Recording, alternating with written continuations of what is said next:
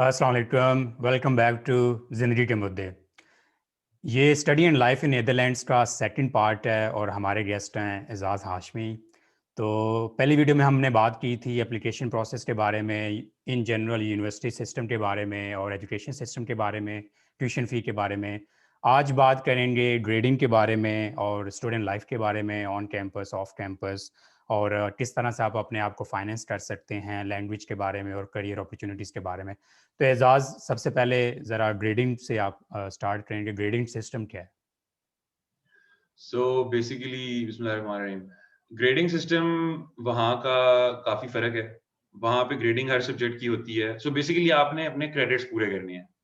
Credit hours जिसको हम कहते हैं, क्रेडिट्स, ठीक है? तो वहाँ पे हर सब्जेक्ट के 2.5 क्रेडिट हैं, किसी के आगे जाके 5 हो जाते हैं, ठीक है? तो मतलब मल्टीपल्स ऑफ 2.5 ही आता है बेसिकली। हम्म। तो आपने वो इस तरह पूरे करने हैं कि अब शुरू में पहले साल में, दूसरे साल में आपके ना एग्ज़ाम्स वग़ैरह जो होंगे, और हर चीज़ की ग्रेडिंग आउट ऑफ 10 होगी। एग्ज़ाम है, प्रोजेक्ट है, हर चीज़ है, उसकी ग्रेडिंग आउट ऑफ 10 है। 10 अच्छा। बीइंग द हाईएस्ट, ठीक हम्म। है?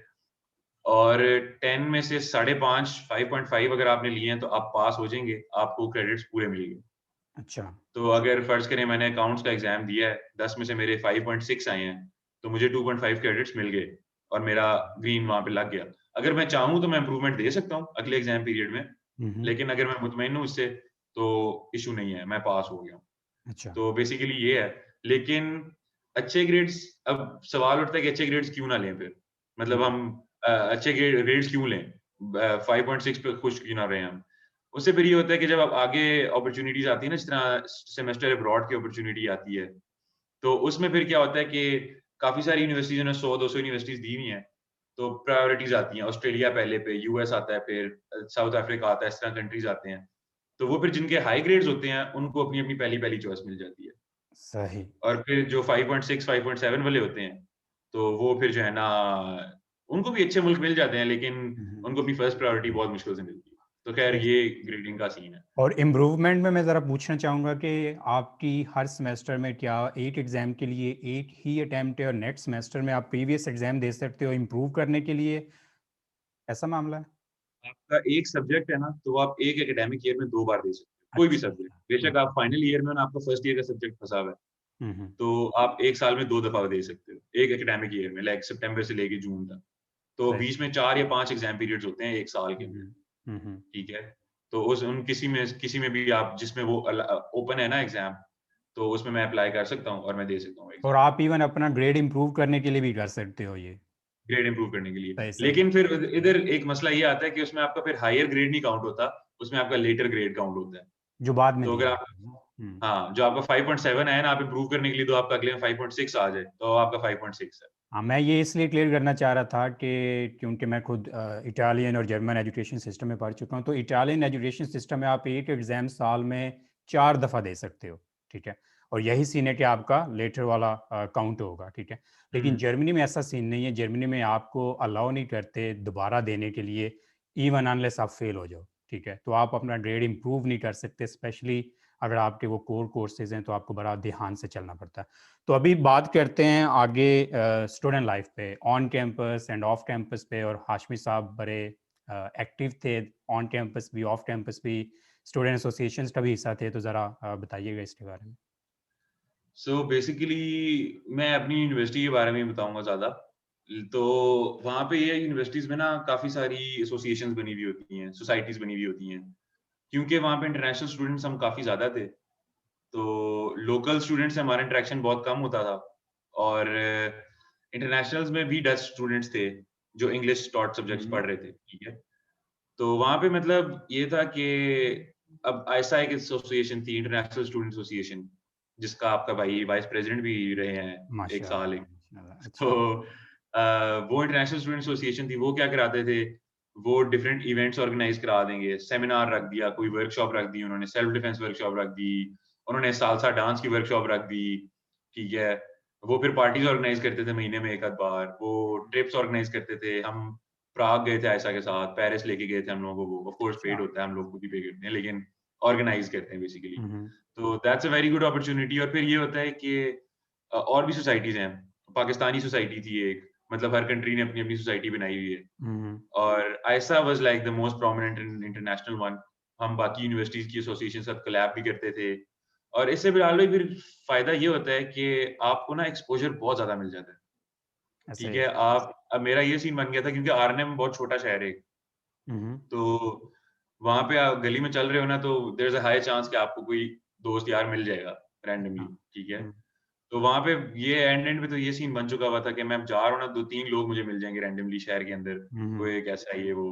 तो इससे ये होता है कि आपकी ना बहुत लिंक्स बन जाते हैं। और उसके बाद ये कि अब जिस तरह हम लोग, क्योंकि हम लोग को इवेंट ऑर्गेनाइज करने का काफी इल्म था थ्रू ऐसा, तो हम्म। फिर जो आरएनएम के इवेंट्स होते थे ना, अब किंग्स डे एक बहुत मशहूर दिन होता है नेदरलैंड्स में, या। किंग की बर्थडे होती है 27 अप्रैल।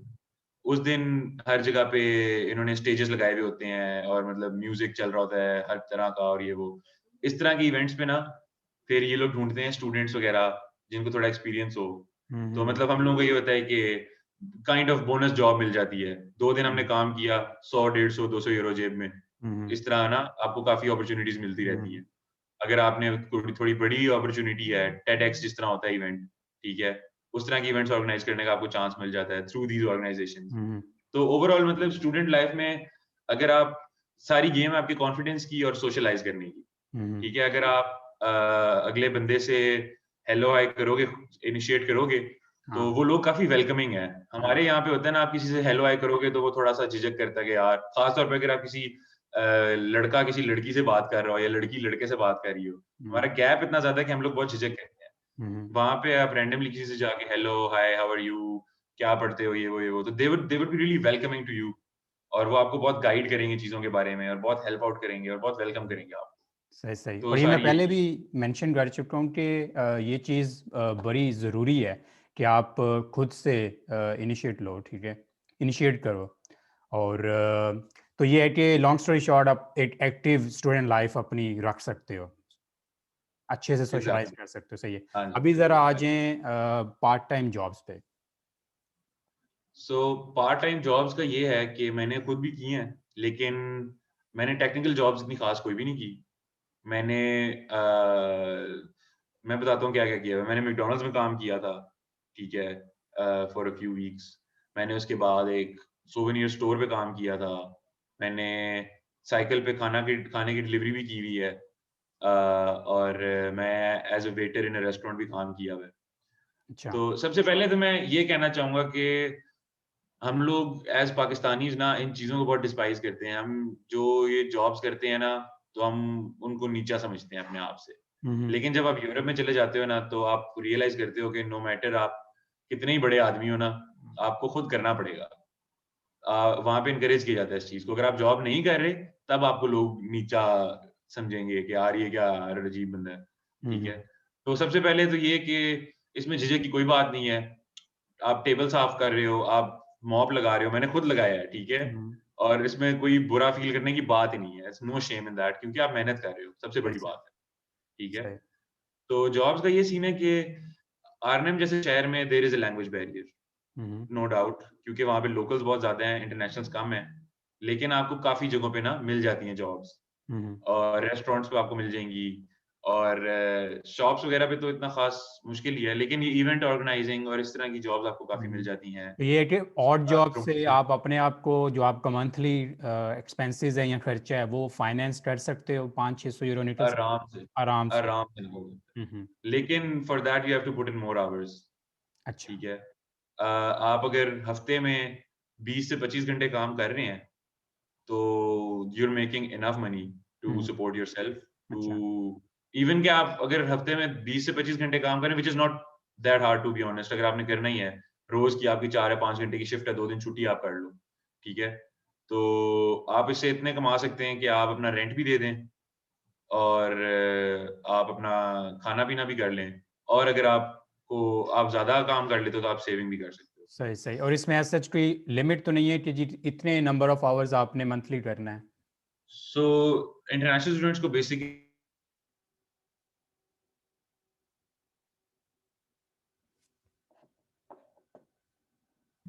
लेकिन फिर अब ये है ना कि I don't know if we should be talking about this, लेकिन वो ब्लैक जॉब्स और वो वाला सीन भी आपको पता ही है। तो हम्म। कुछ लोग उस तरह ना जुगाड़ करके कर लेते हैं कमाई, लेकिन वो फिर कैश पेमेंट और वो उस तरह का सीन होता है। I wouldn't recommend that. अगर आपको एक्सपीरियंस चाहिए तो go for the proper way.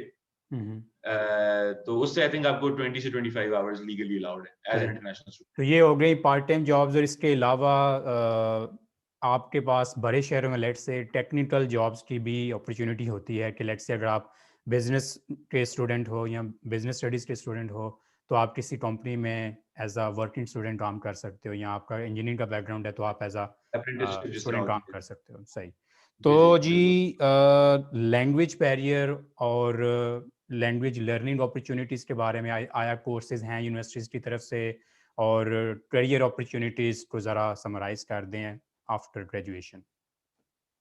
सही है। तो लैंग्वेज का ये सीन है कि हम लोगों को पहले साल में कंपल्सरी था, we had to choose a language. Hmm. We had 4 options, German, Spanish, French और डच। ठीक है, इन 4 में से आप ज़्यादातर लोग डच करते हैं या स्पेनिश ले लेते हैं, क्योंकि जर्मन और फ्रेंच इतनी वाइडली स्पोकन लैंग्वेजेज़ नहीं है दुनिया में। हम्म। तो वो मतलब बहुत लिमिटेड कम कंट्रीज़ हैं। स्पेनिश बहुत ज़्यादा यूज़ होती है और इंग्लिश और डच क्योंकि आप नीदरलैंड्स में रह रहे हो। हम्म। तो ये आपके पास ऑप्शन है, आप इसको परस्यू आगे भी कर सकते हो। फुल प्रो लेवल तक भी आप सीख सकते हो। हम्म। लेकिन उसके अलावा ऑन कैंपस यूनिवर्सिटी आपको उस तरह कोर्स नहीं कराती लैंग्वेज कोर्सेज का। नहीं इट्स कराते। पार्ट हाँ, कोर्सेज़ नहीं कराती। It's part of the subject if you want to choose. पहले हम्म। साल में कंपल्सरी है, आगे मर्ज़ी है। तो फिर आप तो क्या अपने तौर पे सीखते हो, और या अपने खुद से प्राइवेट कोर्सेज लेते हो? फिलहाल भी नीदरलैंड्स में to be honest you don't need to learn Dutch.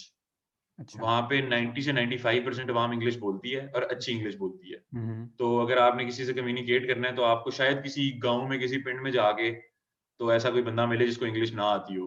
हम्म। वरना अगर वो किसी शहर में रह रहा है, आर्ने में रह रहा है, एम्स्टर्डम में रह रहा है, रॉटरडैम में रह रहा है, तो डेफिनिटली उनको इंग्लिश आती है और अच्छी इंग्लिश आती है। हम्म। तो वो इश्यू आपको लैंग्वेज बैरियर मुझे कभी फेस नहीं हुआ एटलीस्ट, सही और सही। किसी आप मेरे आस-पास के लोगों को भी कभी तो फेस नहीं डेली हुआ। लाइफ में आपको ऐसा फील नहीं होता, लेकिन मैं पूछना चाह रहा हूँ करियर एस्पेक्ट से कि आपकी ग्रेजुएशन के बाद आया जॉब्स आपको आसानी से इंग्लिश में मिल जाती हैं या डच रिक्वायर्ड होती है?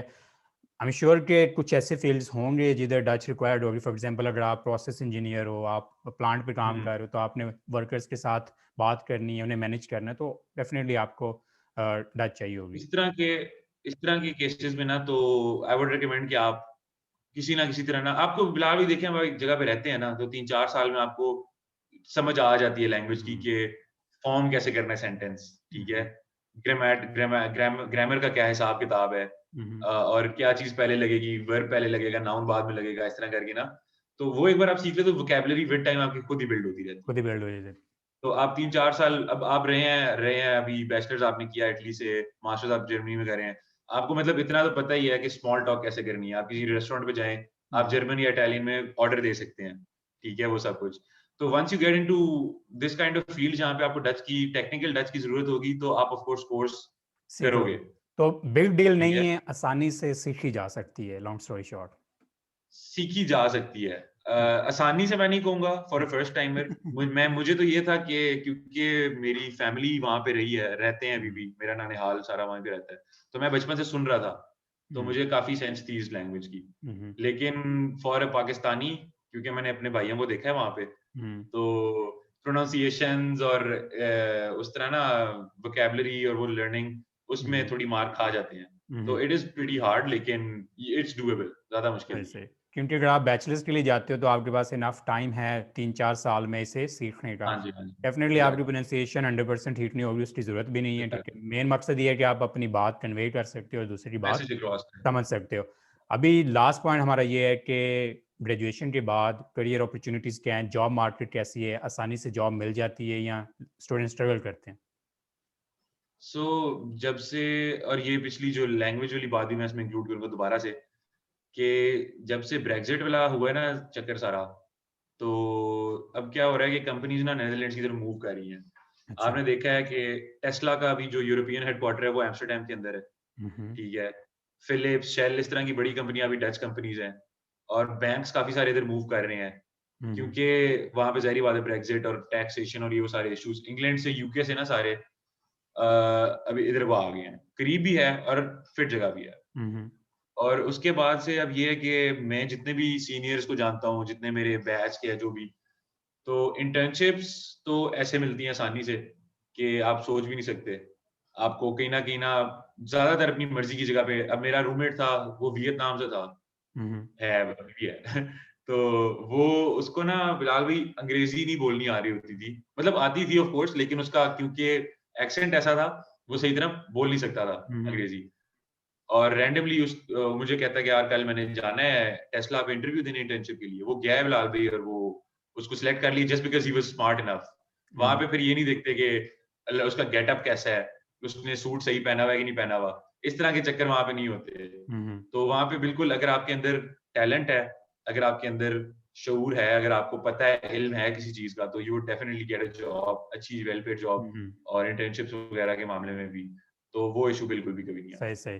तो जॉब मार्केट अच्छी है, छोटा-सा कंट्री है, जी। ठीक है, और इनफ जॉब्स आपके हर फील्ड में अवेलेबल हैं। और इंग्लिश स्पीकिंग जॉब्स ज़्यादातर। और इंग्लिश स्पीकिंग जॉब्स अवेलेबल हैं, ठीक है, ये बहुत ज़रूरी फैक्टर है यहाँ पे। तो थैंक यू वेरी मच एजाज़, बड़ा आपने एक माशाल्लाह कॉम्प्रिहेंसिव ओवरव्यू दिया है कि जी सारा application process, study and life in Netherlands पे भी। तो बहुत शुक्रिया आपका इसके लिए। अहलन और वसहलन ब्रदर। तो आज के लिए ये था जी, ज़िंदगी के मज़ीद मुद्दों को समझने के लिए देखते रहें ज़िंदगी के मुद्दे। अपना बहुत सारा ख्याल रखें। अल्लाह हाफ़िज़।